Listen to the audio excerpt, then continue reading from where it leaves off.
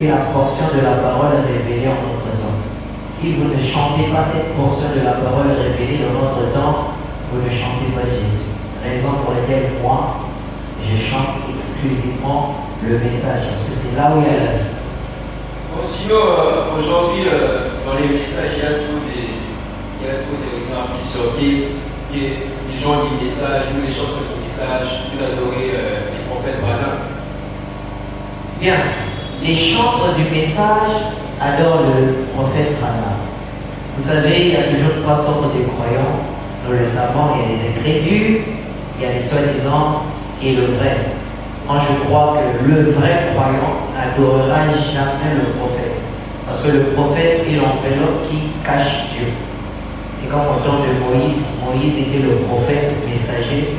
Il avait Dieu dans la chair humaine, mais on ne pouvait pas l'adorer. Ceux qui arrivent jusqu'à adorer le prophète, c'est juste un problème de révélation.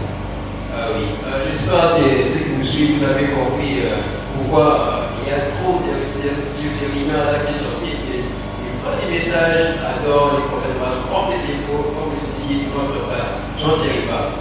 Pour continuer, qu'est-ce que c'est parlons d'abord des propres inspirations.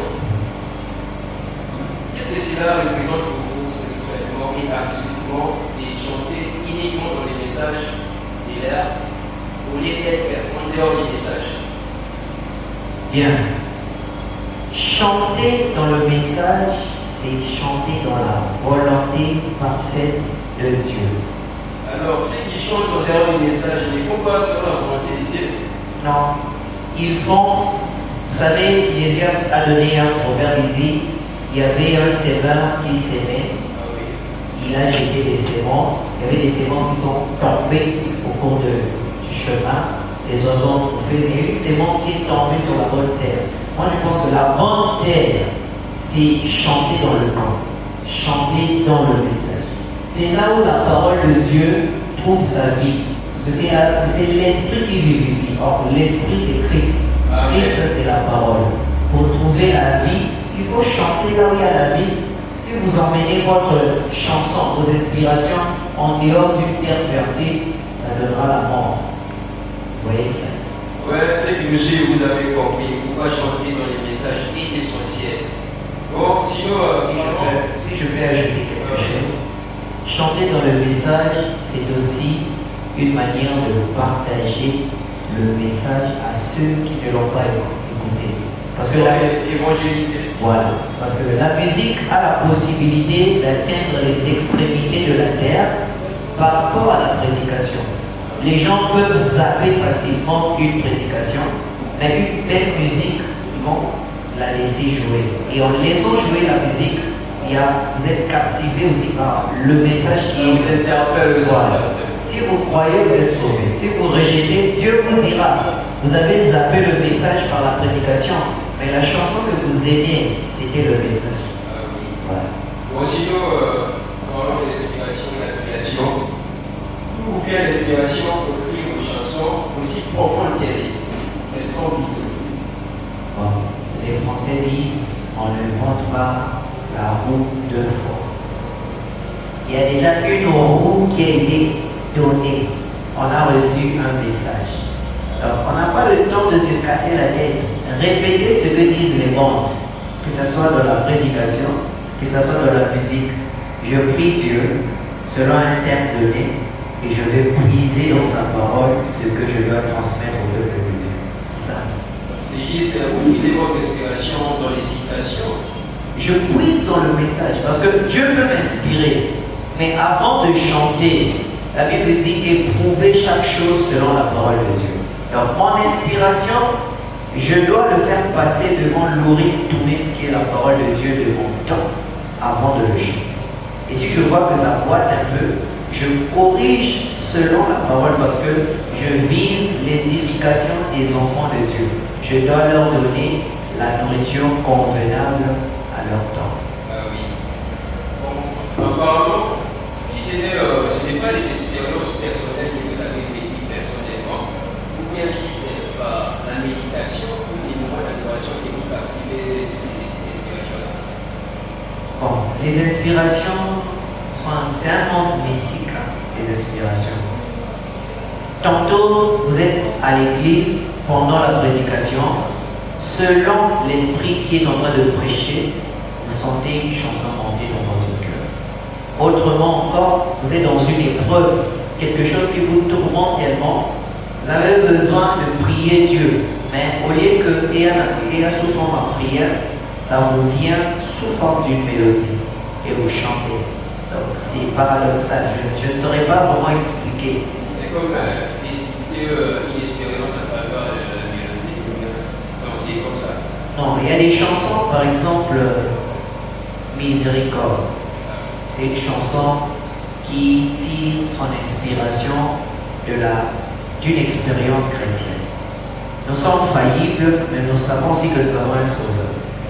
Chaque fois un vrai chrétien commet une erreur, il se sent culpabilisé et il est choqué. Pourquoi? Parce qu'il ne devrait pas le faire. Vous voyez, c'est ainsi qu'il va vouloir rétablir sa communion avec Dieu par la repentance.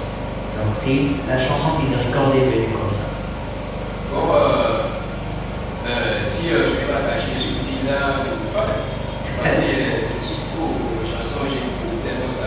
Si vraiment il en allait, il y a un couplet là, et j'ai mis ça toujours en tête.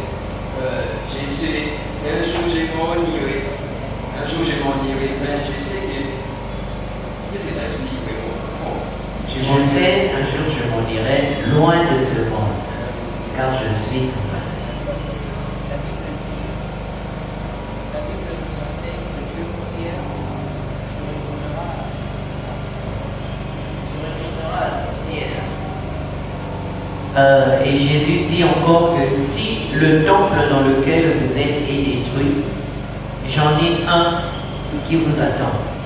Mais comment allons-nous arriver dans ce corps théophanique ou encore ce temple qui nous attend si ce n'est par la nouvelle naissance? Voilà pourquoi je dis que je sais qu'un jour je m'en irai. Mais avant que je ne m'en aille, il faut que je sois né de nouveau. Parce que c'est la clé qui m'ouvre l'accès à la vie éternelle. Vous voyez, c'est une des chansons qui interpelle les chrétiens et qui m'interpelle moi-même. Quoi que je fasse, quoi que je sois, je dois naître de nouveau parce que mon futur, quand je dis mon futur, donc ma vie éternelle en dépend. La vie d'après. En dépend. On ne peut pas dire que non, je ne vais pas mourir. Non, on peut mourir. La Bible dit que les cieux et la terre passeront. Ce corps, c'est une portion de la terre. Donc un jour, ça passera. Je suis venu dans ce corps un certain 18 mars et à une certaine date, je devrais quitter ce corps. Mais avant de quitter ce corps, il me faut la nouvelle naissance. Sinon, parlons de la nouvelle naissance. Comment savoir théorie il faut? La Bible dit c'est alors fruit que vous les reconnaîtrez. Comment ça? Parce qu'il y a des gens qui nous suivent là, quelques-uns ne connaissent pas les fruits. La nouvelle naissance, c'est ça. Les fruits de l'esprit sont la joie, l'amour, la tempérance, la stature de l'homme parfait. Pour ceux qui croient le message, ils savent de quoi je parle. Mais la nouvelle naissance, c'est devenir une nouvelle créature. C'est là où vous lirez dans l'Ancien Testament, l'Éternel dit que je retirerai de vous le cœur de pierre, je vous donnerai un cœur nouveau. Et dans ce cœur nouveau, je mettrai un esprit nouveau. Et dans l'esprit nouveau, je mettrai mon esprit. Donc vous n'êtes plus ce que vous étiez. Le cœur de pierre, la vieille nature, la vieille personne est morte. Vous devenez une nouvelle créature en Jésus. C'est ça la nouvelle naissance. Et comment reconnaît-on qu'on est né de nouveau? C'est lorsque on voit dans sa vie les fruits de la parole de Dieu qu'on a cru. Tu ne peux pas dire que je suis congolais quand tu ne vis pas comme un congolais. Évidemment. Il faut que tu vives comme un congolais pour qu'on reconnaisse, voilà un congolais. C'est un peu ça. Ah oui, Charles Afrodé, je crois que vous nous suivez très très bien et voilà. Bon, sinon, parlons des titres au week-end. Parce que vous venez de dire que c'est par l'expérience qui vous a fait tirer tout cela au week-end. Qui veut dire au week-end? Parce que c'est une ancienne, Obrigado, c'est en portugais, ça signifie merci. Merci, simplement. Vous avez remercié qui par rapport. Mais après avoir regardé mon passé, Ah oui. moi, un pauvre pécheur, je dirais quelqu'un qui commettait l'iniquité, Dieu a sauté beaucoup des hommes pieux dans le monde pour me sélectionner, me donner sa parole, me promettre une cité, la Nouvelle Jérusalem. Donc, ce sont là des raisons qui doivent me pousser à remercier Dieu. Je peux remercier Dieu pour ma voiture, la maison, je ne sais pas quoi, mais ces choses-là sont éphémères. Même les païens ont ça. Mais nous remercions Dieu. Si vous suivez les couplets de la chanson, je ne m'attelle pas plus sur les biens de ce monde. Je suis plus du côté surnaturel. Quand les épreuves, Si vous voulez bien fait, pas voilà. Jésus est pour moi, quand la maladie, quand le combat spirituel. Parce que nous vivons dans une dimension où la bataille est permanente. Mais Dieu nous délivre de ces batailles-là, on doit le remercier. Et on peut aussi faire référence à votre chanson Moulou. Parce que si vous parlez de remercier Dieu aussi des batailles qui vous livrent au quotidien, on peut se référer aussi sur Moulou. Voilà, c'est par grâce que je suis sauvé, c'est par sa grâce que je surmonte les épreuves, malgré que la vie est difficile sur la terre, mais sa grâce me suffit. Bon, sinon, parlons de vos collaborations avec d'autres artistes et les pasteurs. Parmi toutes vos collaborations, quel artiste qui vous a marqué par sa manière de travailler et les tons d'actifs?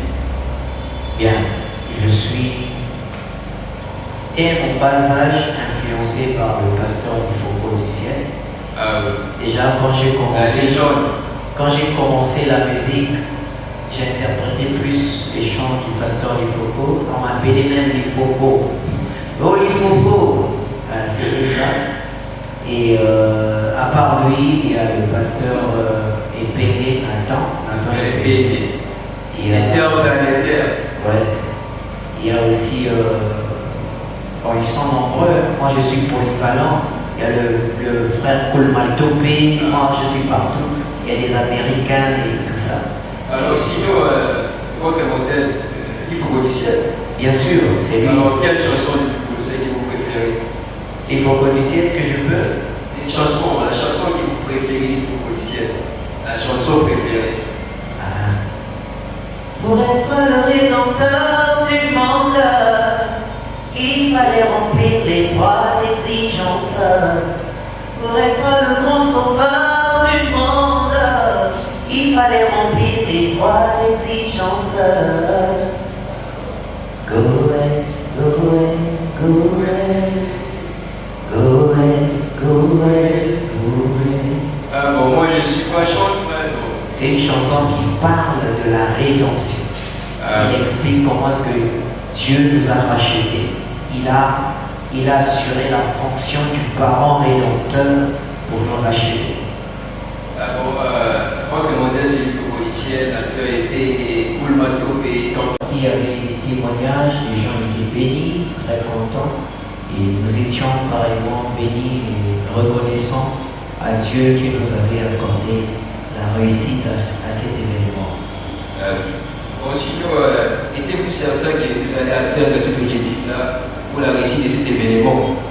Bien sûr, la Bible dit tout est possible. C'est les moi. Amen. Lorsque nous avons commencé ce projet, on a mis Dieu devant, on s'est consacré, et c'est d'ailleurs pour la première fois que j'ai prié à la montagne. Nous étions partis avec un groupe de frères et des prédicateurs à la montagne pour prier. Juste pour ça. Donc on avait vraiment besoin que le surnaturel soit avec nous.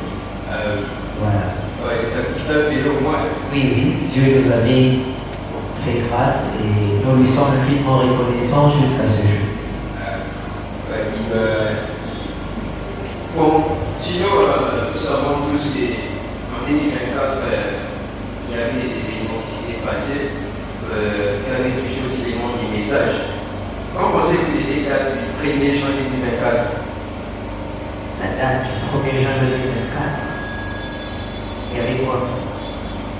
Oui.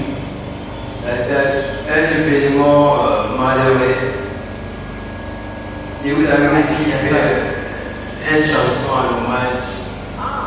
Voilà. Ok. Là, vous parlez de la mort Famille à jouer. de Pacifique.